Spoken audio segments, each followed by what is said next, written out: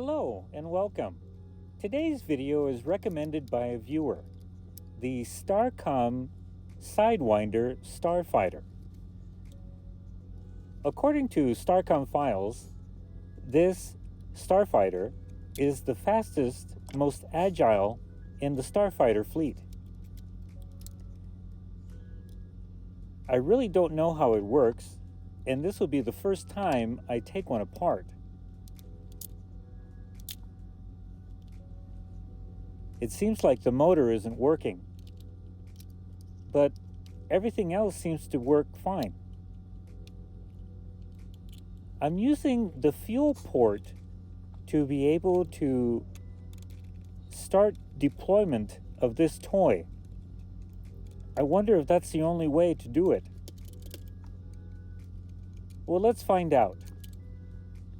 The beginning of this video will show the reparation to the motor.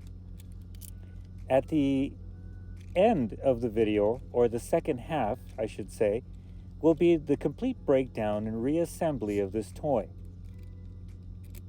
Please enjoy.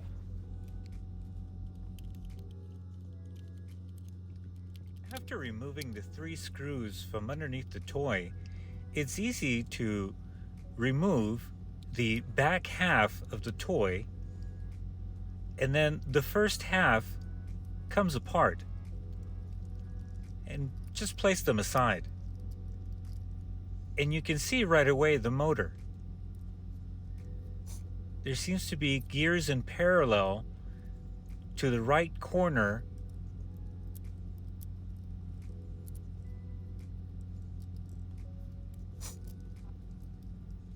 Let's take out this motor and see what's wrong with it.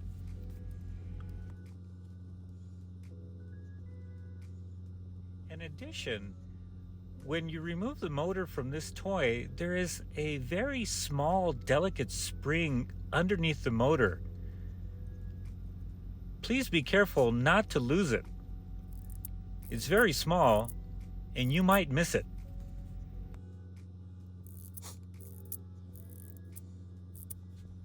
Getting a feel for the motor, it seems like the S gear is engaging, and I'm able to feel tension as I turn the driver gear outside of the gearbox.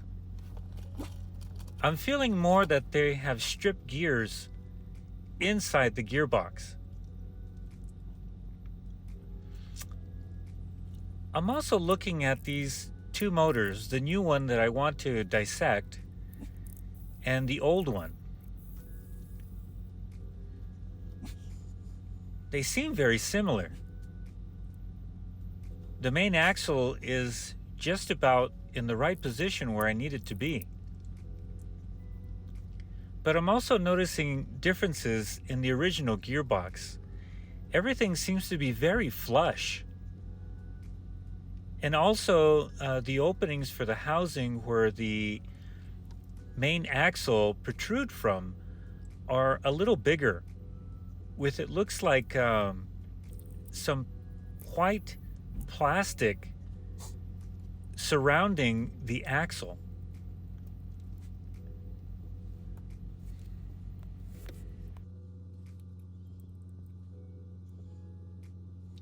It also looks like the driver gear fits very well on the new gearbox axle. Interesting. I might just be able to swap it out. Taking a better look at the inside workings of this gearbox, you can see the dimensions are almost equal. The slight differences to the axle, main gear, and S-spring gear are noted. The one on the left is the regular ones I pull out of the Starcom toys. The one in the middle is what the Starfighter has, or the Sidewinder, and the one on the right is what I pull out of the new wind-up toys to replace the damaged parts with. I think what I'm going to do is I'm just going to go ahead and replace the gearbox with a new one. Since I'm seeing these differences are not going to be able to be repaired easily. I am seeing, however, that the original gearbox tends to wind counterclockwise. So I'll have to get into the new gearbox and flip the axle and then reassemble it.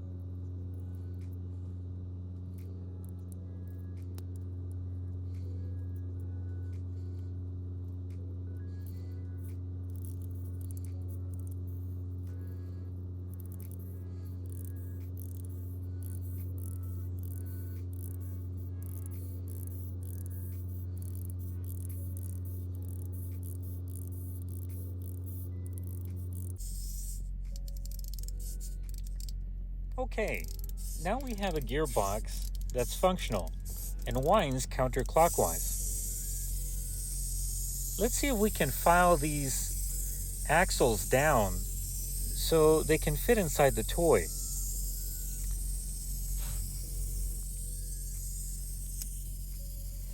But before I do that, let me show you what reversing the axle does.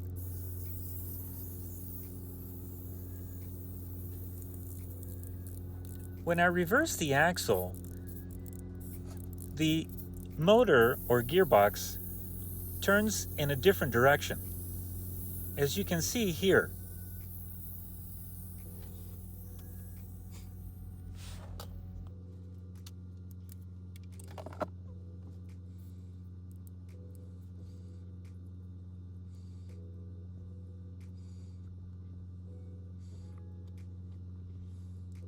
What I'm doing now is I'm comparing the new gearbox to the original one to see how much of the axle I need to cut.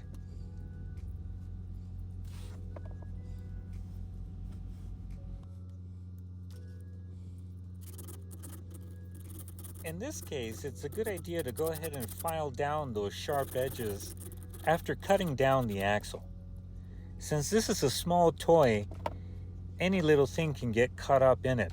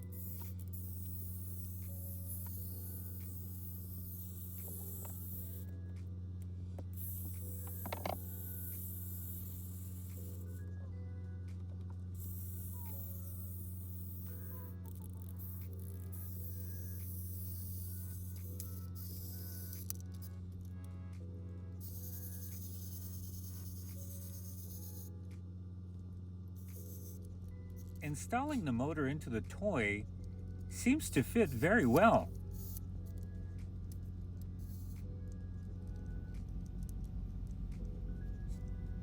Let's hope I don't have to modify it that much.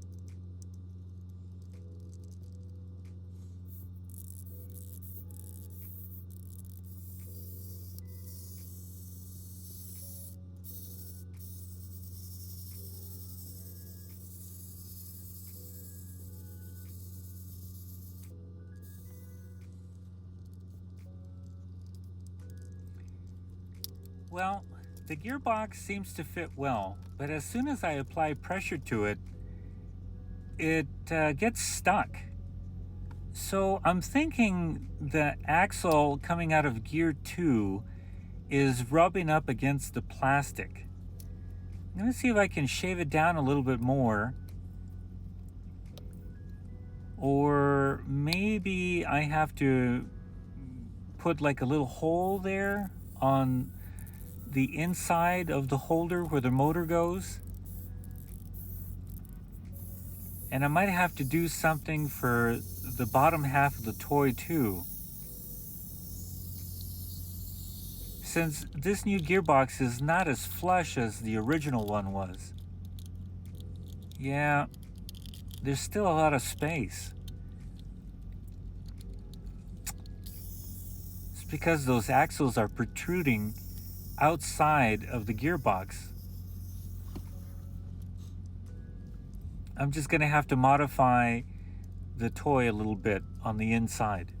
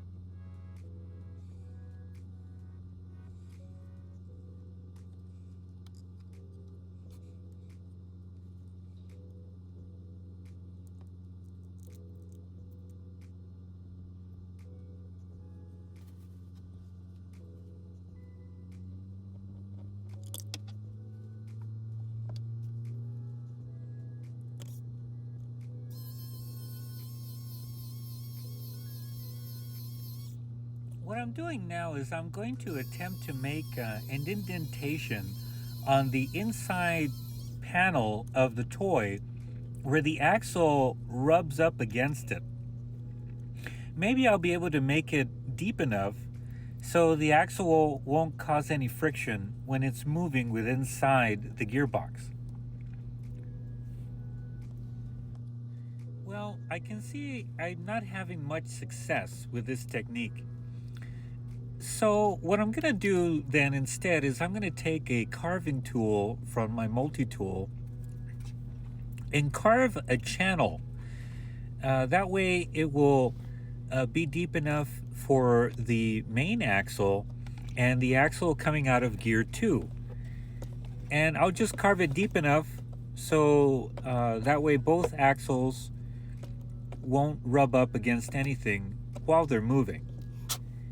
This is also save us some time, and it may not look pretty, but no one's gonna see it anyways.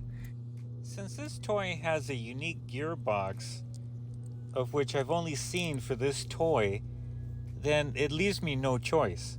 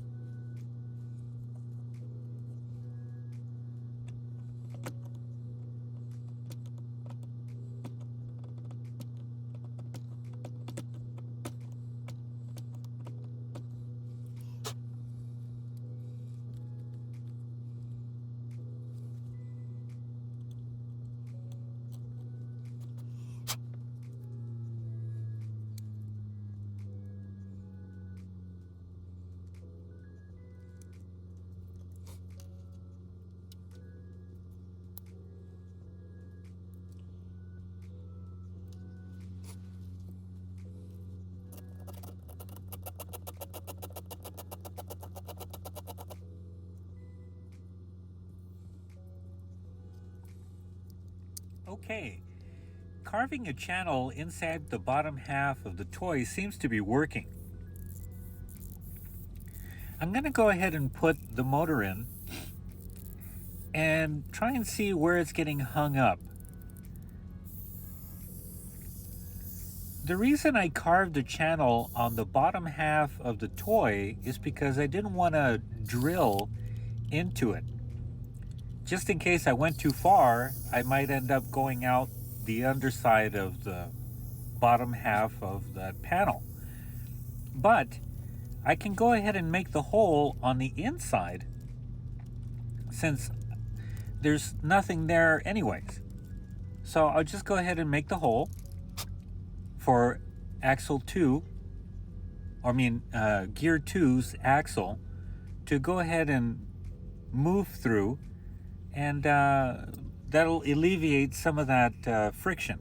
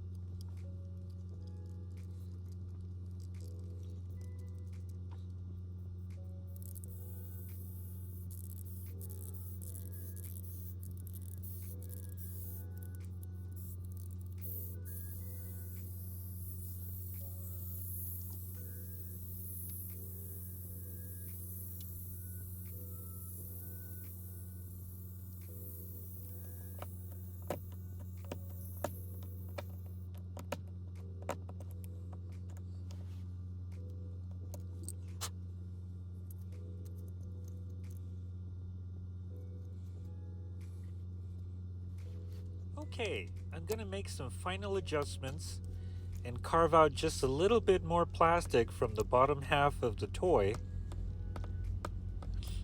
and then we can assemble it and test it out.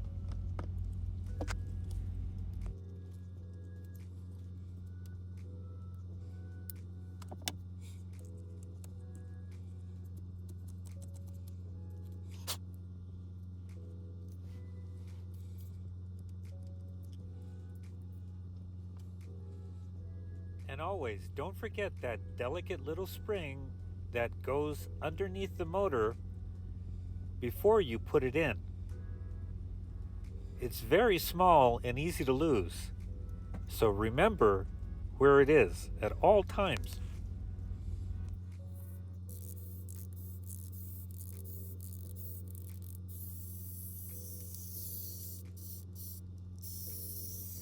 It sounds like the motor's working fine.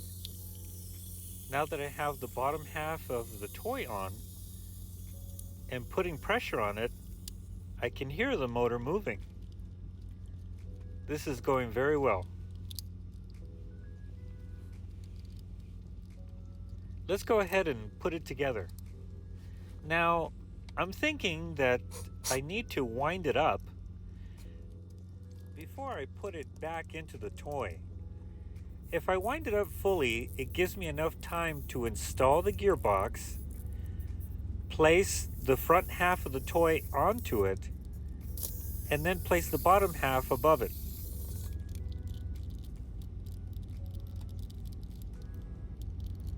Nice.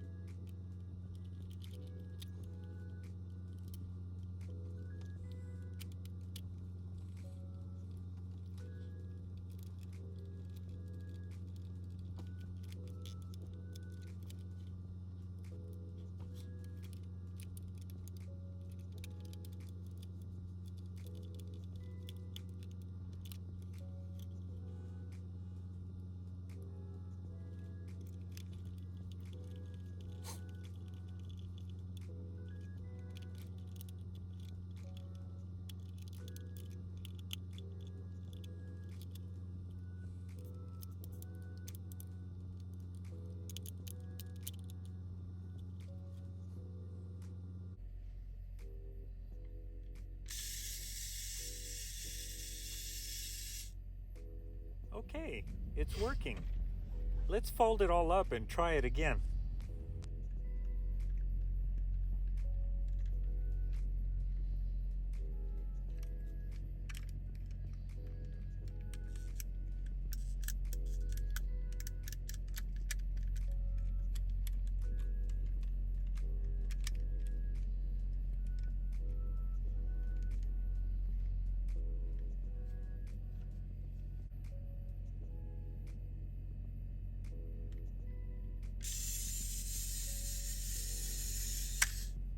Wonderful. It's working as it was intended.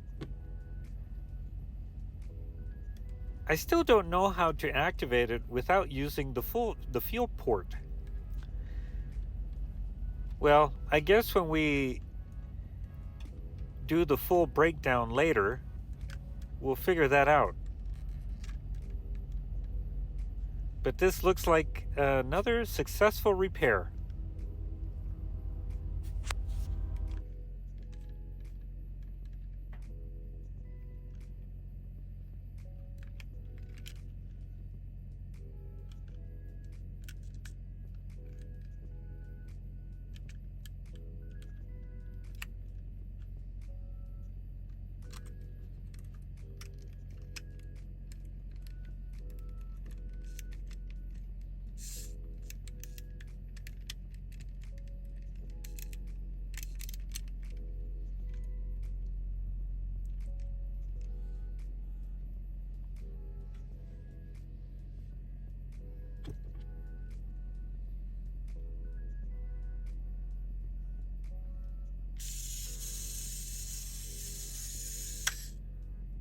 Nice. Well, Let's get to the full breakdown and reassembly of this toy.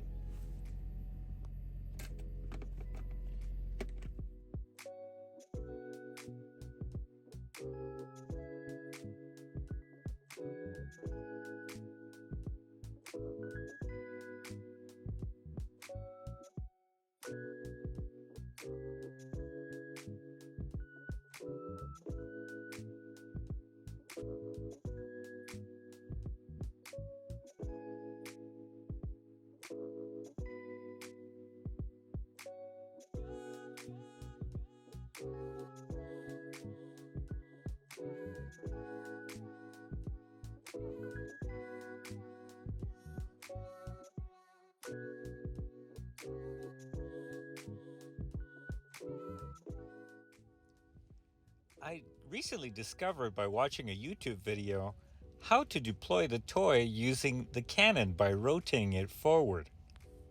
Isn't that awesome? Anyways, let's start by removing the 3 screws underneath the toy and removing the bottom back half of it. As soon as you remove the bottom back half, the forward cockpit end will come apart, and we'll put it aside.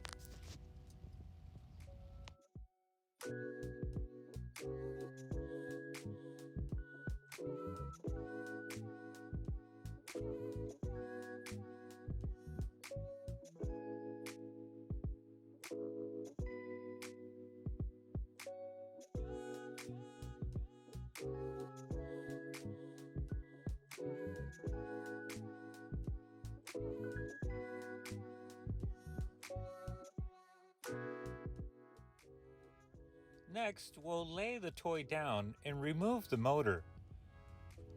Be mindful there is a spring underneath the motor. Be careful not to misplace it at this point. Using a magnetic screwdriver, go ahead and remove that small spring and put it somewhere safe. Let's go ahead and remove these 2 other screws and see what's underneath.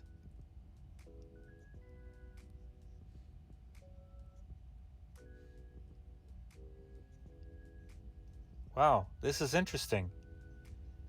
Another spring for the main cannon, and there are the 2 gears in parallel which move the cockpit in the forward position to unfold. It's almost as if this toy is made in layers. I can see now what that little spring holds down that's underneath the motor when it's in place. It's what lets go of the engine compartment. Let's remove this screw and see what else is underneath that.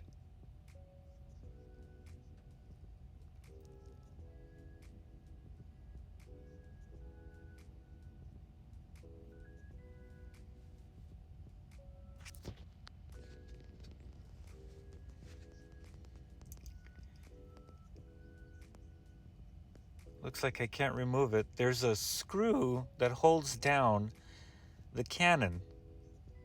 So I'll get that too.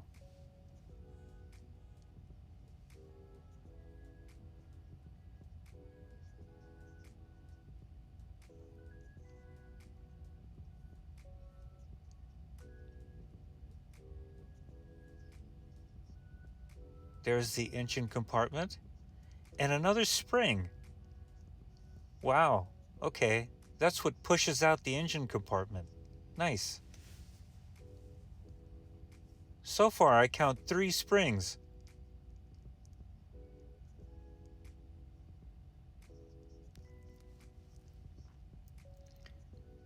Removing the last layer, I can see the linkage for the release.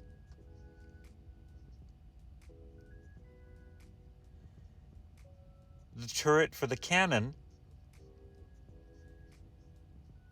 and the other half of the assembly. And there's another spring for the action button. Oh, I see now how it works. The action button has 2 ways of working. The action button has a solid flat portion which covers the fuel port. So when you put the fuel nozzle in, the toy will unfold.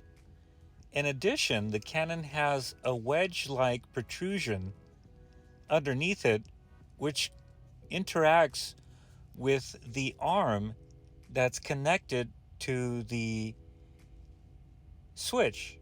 Nice. It looks like this engine compartment also holds some secrets. Although it's been damaged, it seems to be working well. This engine compartment seems to hold everything in place or lock it down when it itself is locked in, as shown here. I'll put the spring in and I'll show you. That's how it interacts. Nice. So the engine compartment locks down the wings and the cannon. So when you fold it back together, you have to fold the wings and put down the cannon before you push in the engine compartment. Okay, now I understand how it works. Let's put the toy back together. So putting in this cannon turret, it only goes in one way. The linkage would be next.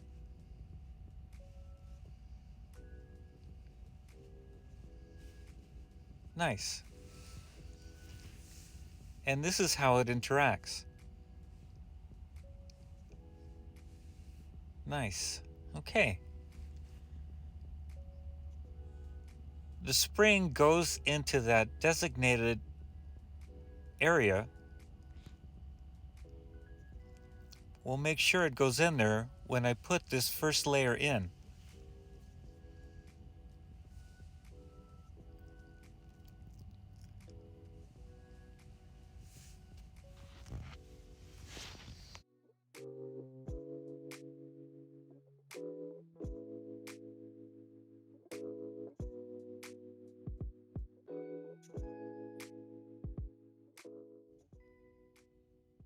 Okay, making sure that the linkage for the release is in place. Let's look at the other side, and there's that arm, the arm that interacts with the wedge on the cannon, that releases the action so the toy can unfold. This is a very interesting toy. It's got a lot going on. At this point, I think I'll just attach the cannon. It doesn't really matter how it ends up on this turret.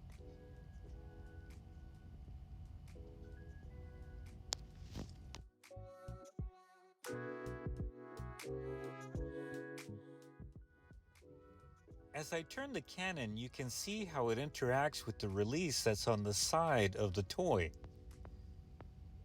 Pretty cool, huh?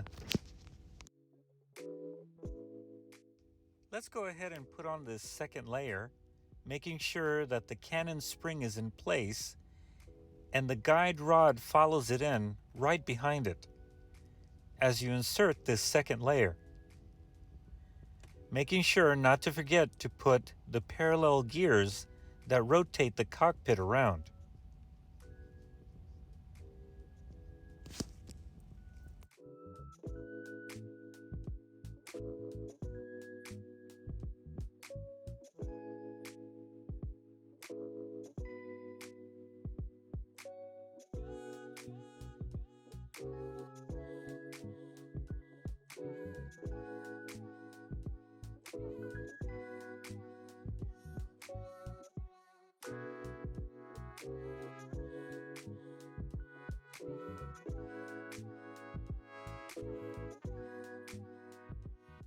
Placing the last two screws for the assembly to finally be complete.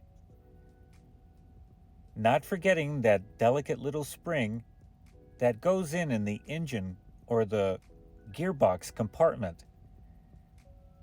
That helps with the latch to release the engine compartment, which in turn unlocks the wings and the cannon. That seems to be a very important spring. winding up the gearbox all the way and then installing it, putting in the cockpit, and now we'll install the final bottom half of the toy and tie it down with its 3 screws. Remember, the longer of the 3 goes in the middle. The smaller 2 go on either side. And this completes the disassembly and reassembly of this toy.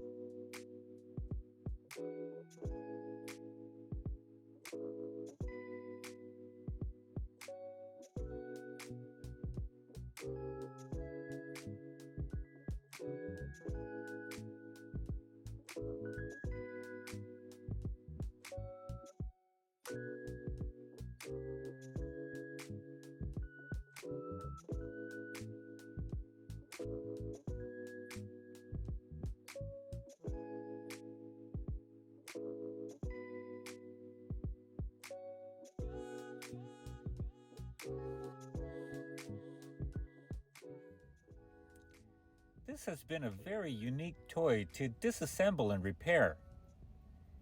It's been a real joy to work on. And because of its unique gearbox, it gave us a unique perspective as to what to expect from Starcom toys in the future. Maybe this was the only toy that has this gearbox. I don't know, but I hope to find out. Thanks for watching, and remember to like and subscribe. And we'll see you on the next video. Take care.